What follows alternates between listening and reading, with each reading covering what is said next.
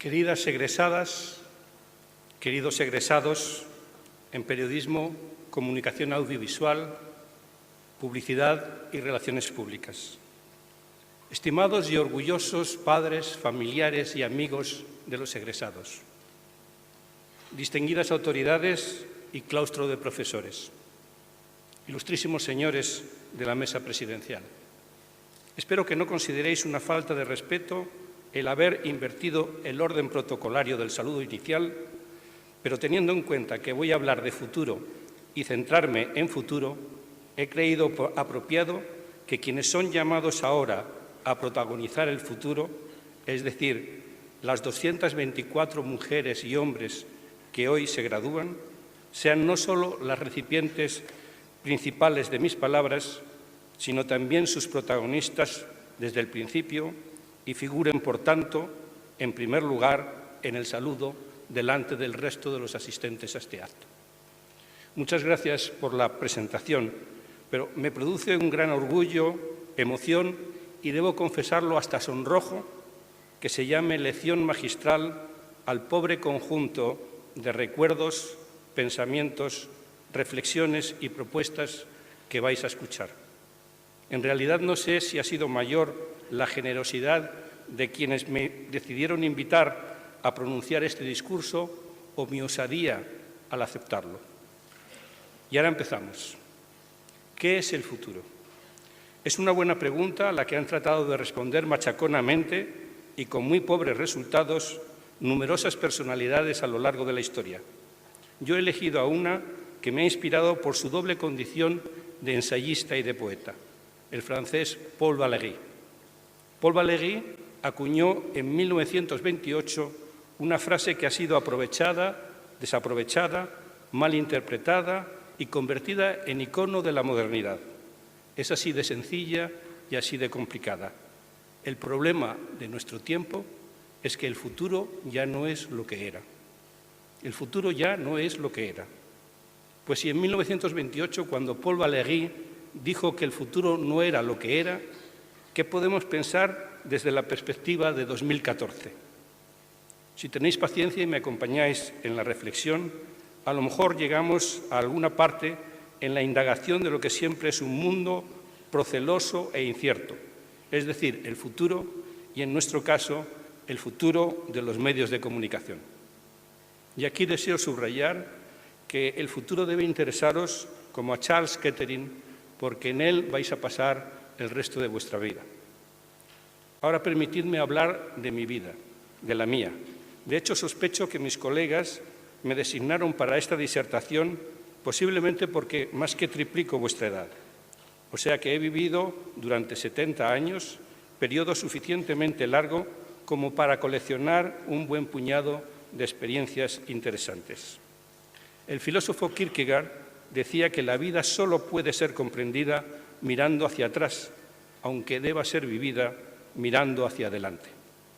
Mirando hacia atrás, en este momento, me acuerdo de mi débil e incierta comprensión del futuro al mirar hacia adelante cuando tenía vuestra edad. A los jóvenes les interesa el presente y muchas veces, como me ocurrió a mí, no saben proyectarlo siempre hacia el futuro. Uno de mis primeros puestos profesionales fue el de ayudante de redacción en la delegación de la agencia EFE en Londres, es decir, lo que hoy se llama becario, y con un sueldo ad hoc, 8 libras a la semana. No tratéis de convertirlos en euros actuales. Era un sueldo que daba para comer fish and chips los domingos y solo chips el resto de los días de la semana. Pues bien, en la delegación de la agencia EFE de Buber Street en Londres trabajaban un delegado, 2 redactores y un ayudante de redacción que era yo. Cuando había que cubrir historias que parecían no tener un interés relevante, el delegado me daba la invitación o la nota de prensa y me decía que fuera yo si quería. Yo siempre accedía, quizás porque sabía que con frecuencia se podía pillar algún sándwich. No se me olvidarán nunca las 2 historias siguientes. La primera fue la convocatoria a una presentación en un hotel de Charing Cross de un disco de un joven grupo de música pop. La banda iba a interpretar una serie de canciones en directo y luego a lo largo del cóctel entregarían discos firmados a los miembros de la prensa. El disco que presentaban se llamaba Sgt. Pepper's Lonely Hearts Club Band y el grupo se llamaba The Beatles. En aquel tiempo mi torpeza me impidió prever el futuro de ese grupo y, de hecho, incluso perdí el disco que me regalaron con sus firmas. La otra historia fue también una rueda de prensa a la que nadie de la delegación prestó importancia. Se trataba de presentar en Carnaby Street una nueva prenda de ropa con la que desfilaría Twiggy, modelo de celebridad similar a la alcanzada en nuestros días por Naomi Campbell o Claudia Schiffer. La modista creadora de la nueva prenda se llamaba Mary Quant y la nueva prenda que muchas de vosotras vestís hoy debajo de la toga se llamaba minifalda. Siguiendo lo escuchado a una supuesta experta que se había sentado a mi lado y que no dejó de criticar durante todo el desfile lo que estábamos viendo, redacté una noticia aventurando que la nueva prenda duraría un par de temporadas como máximo.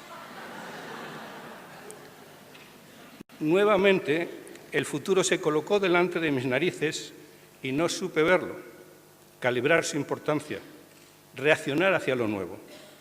Los periodistas tenemos butaca de primera fila para ser testigos del presente, pero muchas veces los árboles no nos dejan ver el bosque y traicionamos el reto principal del presente, que consiste en construir futuro. En otro momento de mi vida profesional sí me percaté de que era testigo de un acontecimiento histórico, pero claro, había que ser muy tonto para no darse cuenta de ello. Tuve la inmensa fortuna de ser uno de los 3 únicos periodistas españoles que asistieron al lanzamiento del Apolo 11, el primer cohete tripulado que llegó a la Luna. Los otros periodistas fueron Jesús Hermida, por Televisión Española, y José María Masip, corresponsal del diario ABC en Washington, que fue enviado especial a Cabo Cañaveral. En una de las salas de prensa de la Estación Espacial, la compañía de aviación estadounidense TUA instaló un stand donde vendía reservas para los primeros vuelos turísticos a la Luna. En aquel momento de euforia colectiva, parecía que estaban a la vuelta de la esquina. Yo fui, en ese caso, previsor, aposté a futuro y adquirí una reserva que puse a nombre de mi primer hijo, recién nacido entonces. Me dije que quizás yo no podría usarlo, pero que él seguramente sí podría hacerlo. Mala previsión de futuro teñida de ingenuidad. La compañía TUA desapareció hace años y el sueño de los vuelos turísticos y comerciales a la Luna continúa siendo una quimera y una arriesgada apuesta de futuro. Es tan difícil prever el futuro. Los mayas ubicaban el pasado como al frente de uno, porque se le puede ver, en tanto que el futuro detrás, porque no se le puede ver. Y vosotras y vosotros, algunas veces os habéis acercado a preguntarnos ¿por dónde he de ir en mi profesión en el futuro? Sin tener que preguntarlo, hace 50 años, cuando yo estudiaba en la Escuela Oficial de Periodismo de Madrid, los profesores nos decían: no os dediquéis a hacer periódicos o revistas, dedicaros a la televisión. La televisión entonces no podía ser más sosa. La mayor parte de las 24 horas del día exhibía una gris carta de ajuste. Solo había 2 cadenas, la 1 y la 2 recién estrenada, pero era el medio de moda. Hoy en día, medio siglo después, algunos profesores aconsejan a sus alumnos que se olviden de periódicos, revistas, radio y televisión y se concentren en Internet, que es el medio del futuro. Confucio decía que había que estudiar el pasado si se quiere pronosticar el futuro. Pues bien, aquellos que aconsejaban dedicarse a la televisión excluyendo todo lo demás, aquellos que aconsejan Internet excluyendo todo lo demás, aquellos que pronosticaron la muerte del papel para el año 2010 y todos los profetas del catastrofismo han demostrado que estaban equivocados en su predicción de futuro, porque el futuro no es lo que era. El arquitecto de la información, Richard Gutmann, dijo que vivimos en la era del también. Un medio engendra otro medio y la sociedad también lo acepta. Mirad, la historia de los medios de comunicación es similar a la historia de los medios de transporte, que al final también son medios de comunicación entre lugares.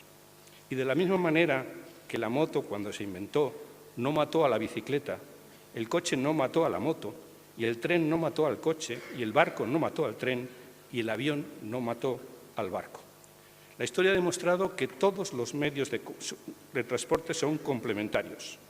La invención de uno nuevo no elimina al anterior, aunque sí lo transforma.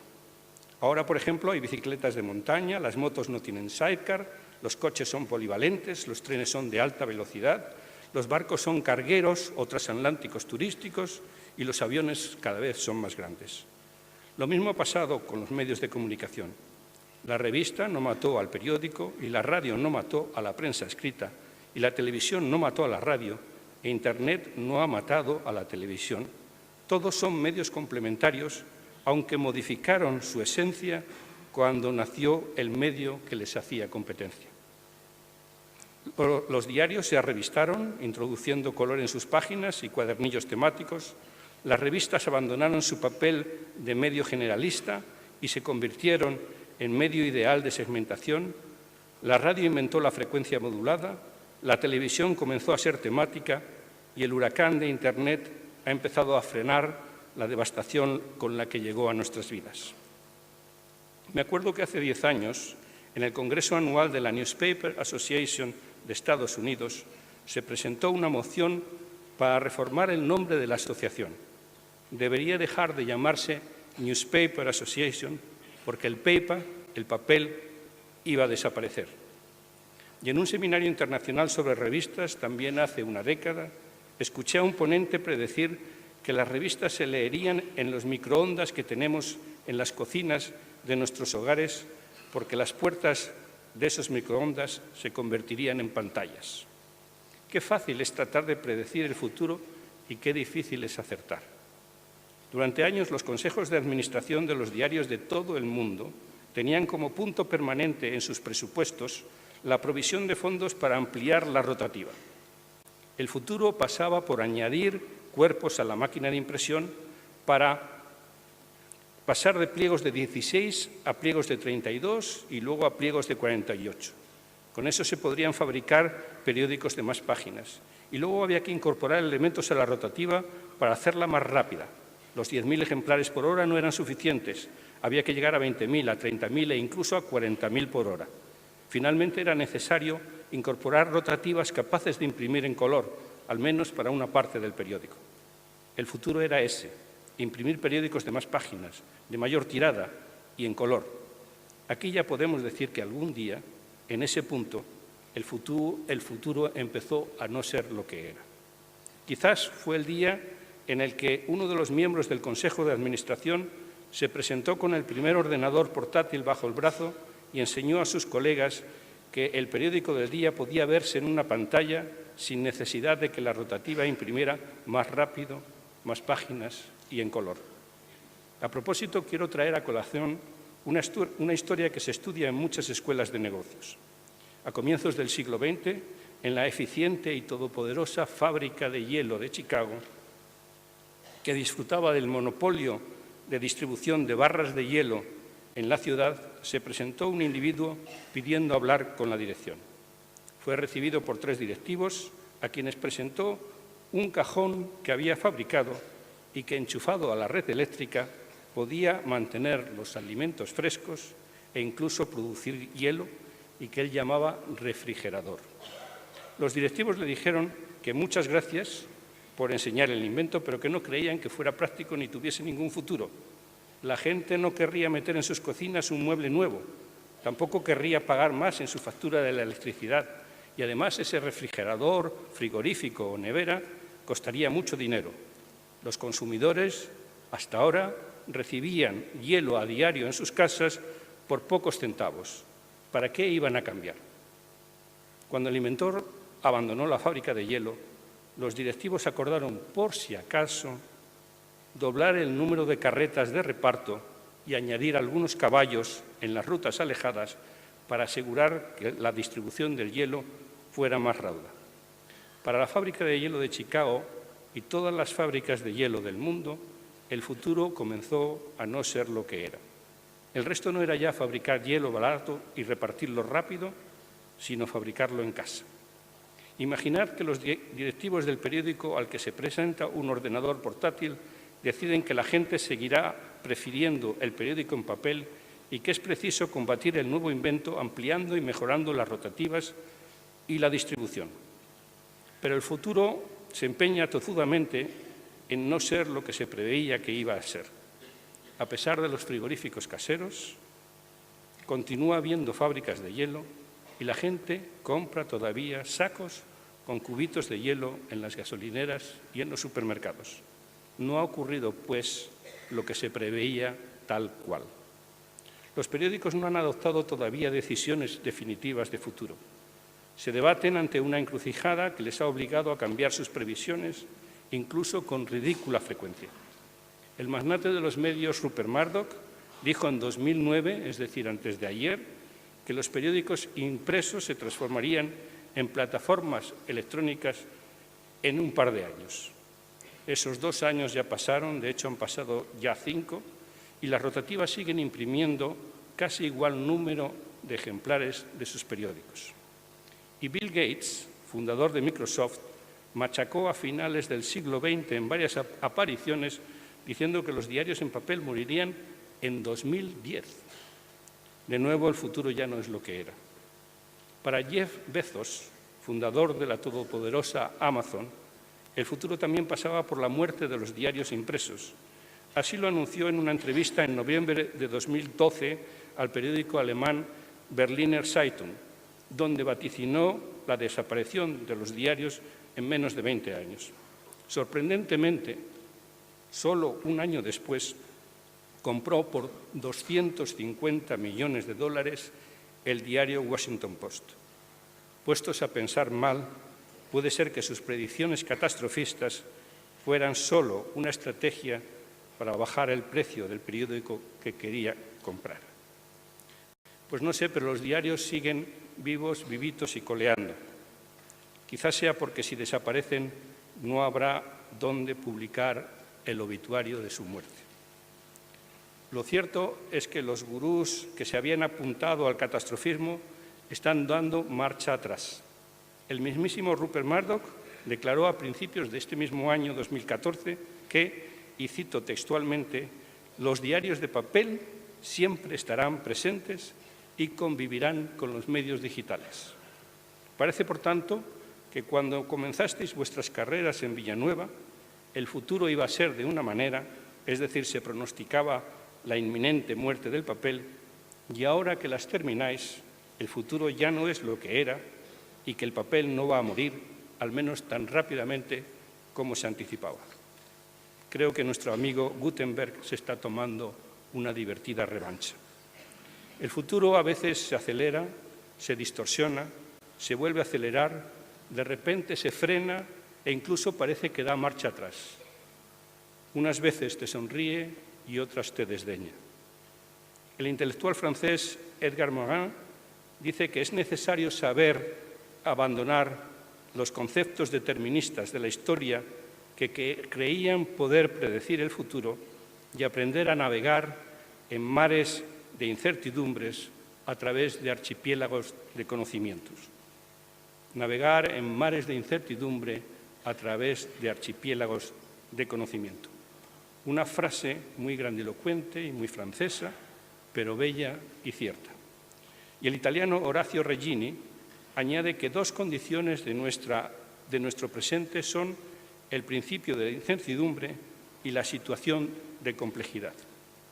Para completar la visión de los ensayistas francés e italiano, dejadme que os recite como contraste este corto poema del malagueño Rafael Ballesteros.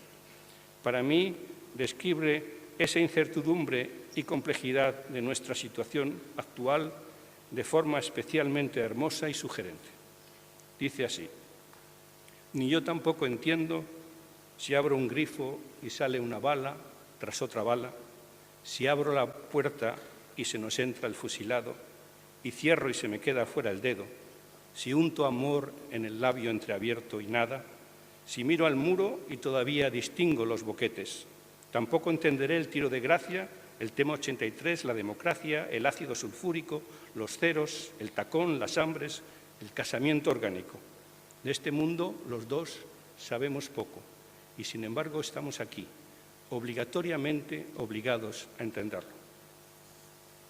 Dejadme que a continuación me adentre en la parcela de las ciencias de comunicación, donde construí mi casa y viví extremadamente feliz los últimos 30 años de mi carrera profesional, el mundo de las revistas. Para mí las revistas son un medio que entretiene ocios, despierta emociones, mejora habilidades, alienta celebraciones, articula personalidades, amplía mentalidades y moderniza sociedades. Vamos a reflexionar un poco sobre su futuro. Y la primera predicción de futuro es que las revistas necesitan una producción industrial excelente. No vale decir que hay que recortar costes y bajar el gramaje del papel, abandonar la mayor calidad del papel estucado y reemplazarlo por el satinado, que es más barato. La decisión, aunque parezca difícil, debe ser mejorar la calidad.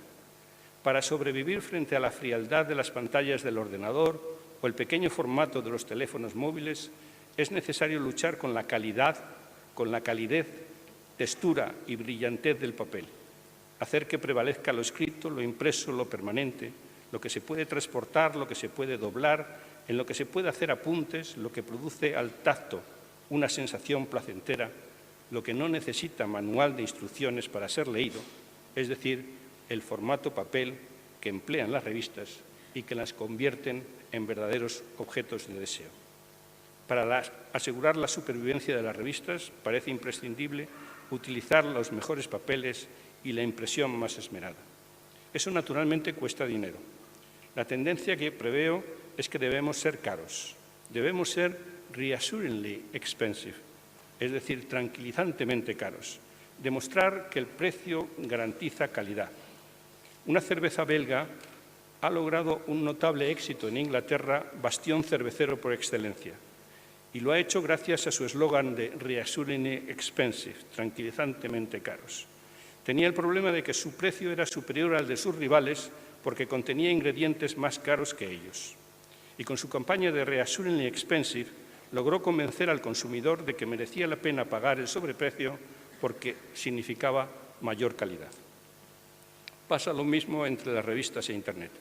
Tenemos que convencer a los consumidores de que somos reassuringly expensive, que las revistas son tranquilizantemente caras y que el precio significa mayor calidad de contenido y de traje industrial.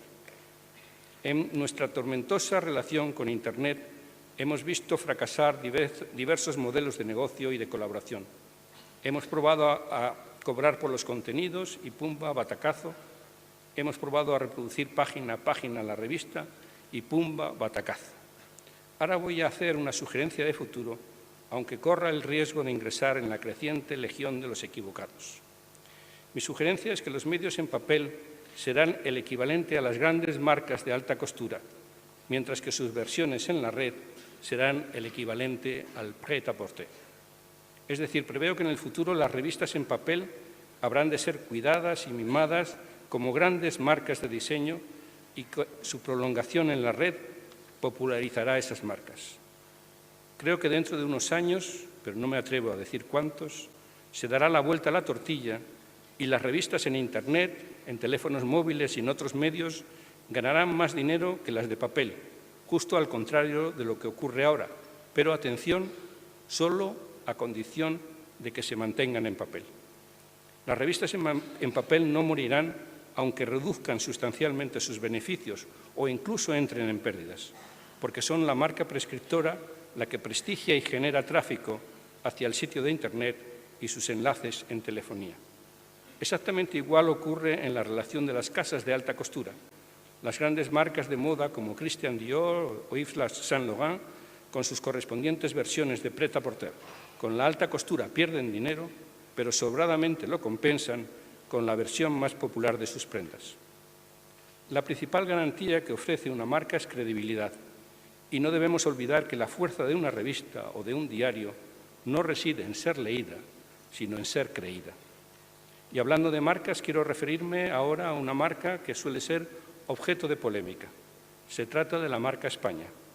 Parece que la marca España solo está mundialmente reconocida a través de nuestros futbolistas, tenistas y muchos otros deportistas, o a través de nuestros cocineros. Pues bien, España también está prestigiada por el éxito de una marca periodística que cuenta con ediciones en 30 países, en 11 lenguas diferentes y es icono del periodismo social en todo el mundo. Me refiero a la revista semanal Hola. Hola vende 400.000 ejemplares a la semana en España, el doble que El País, mucho más que El Mundo, y cuenta con una audiencia de 2.300.000 millones de lectores. Y aunque solo el 15% de sus ingresos se generan en Internet, su redacción para el formato digital consta de 60 personas, mientras que para el papel es justamente la mitad, 30. Es decir, Eduardo Sánchez, un joven de 36 años, nieto del fundador y actual director, pilota la revista que cumple este año 70 años, pensando en futuro y pensando que el futuro ya no es lo que era, es incluso mejor. También es mejor para una revista que yo fundé y dirigí durante sus primeros 5 años, la revista Muy Interesante. Han pasado más de 30 años desde sus inicios y nadie pudo prever que lograría el éxito en venta y audiencias que ha alcanzado y que iba a convertirse en referente de las redes sociales que naturalmente no existían entonces. Muy Interesante suma oleadas de seguidores en Twitter gracias a su particular forma de tuitear. Cuenta con 3.700.000 seguidores por delante de los 3.100.000 del país. Su encanto reside, además de en la calidad de sus temas, en la forma de venderlas con tono amable y cercano. Por ejemplo, te dice: ¿cuántos días hacen falta para adquirir un hábito? Descúbrelo aquí. La ciencia es uno de los temas que triunfa en las redes sociales. Existen varios otros y habrá que descubrir muchos más. Estamos en guerra contra el futuro y necesitamos la imaginación más que nunca, decía Michael Ende.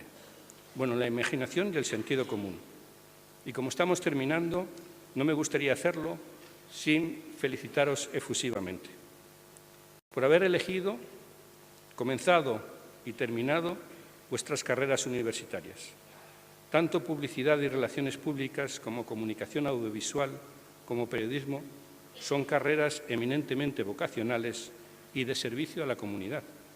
Y eso quiere decir, entre otras cosas, que su ejercicio responsable proporciona grandes dosis de felicidad a lo largo de la vida. El resto de vuestras vidas las vais a pasar en el futuro, como hemos dicho al principio, pero también en el trabajo. Y los años pasados en Villanueva, un centro de excelencia educacional, os han preparado para el trabajo bien hecho. Porque la universidad no enseña solo materias específicas, sino que ordena la mente para poder distinguir lo esencial de lo accesorio, lo fundamental de lo superfluo, lo importante de lo banal, en fin, lo bueno de lo malo. La universidad enseña a establecer prioridades para poder indagar ante cualquier problema cuál es el origen y cuáles pueden ser sus diversas soluciones. Pero esta universidad, este centro universitario donde habéis pasado vuestros últimos años sufriendo a veces, disfrutándolas más, os debe haber enseñado también unos valores humanos esenciales. Y me gustaría que entre ellos se encontrara uno que hace tiempo yo me puse como objetivo profesional y vital. Under promise and over deliver. Promete de menos y entrega de más. Promete de menos y entrega de más. Y termino como empecé, citando a Paul Valéry. También para él la poesía era un arma cargada de futuro. Él escribió pensando en cada uno de vosotros quizá lo siguiente: vamos, en pie, surge, escucha, despierta, rompe las cadenas, sé, sal de las sombras, arráncate de la noche, emerge, en pie, endurécete, que aparezca tu fuerza y que tus ojos sean una corona de los más claros ojos. Corónate, compón tu mirada, siéntete todo tu instrumento de este día que empieza y del acto que te llama. El acto que te llama es una película que ha empezado a ser rodada esta misma tarde, aquí, titulada Futuro. El guión lo vais a escribir vosotros y vosotros vais a ser los protagonistas. Os deseo mucho éxito de todo corazón.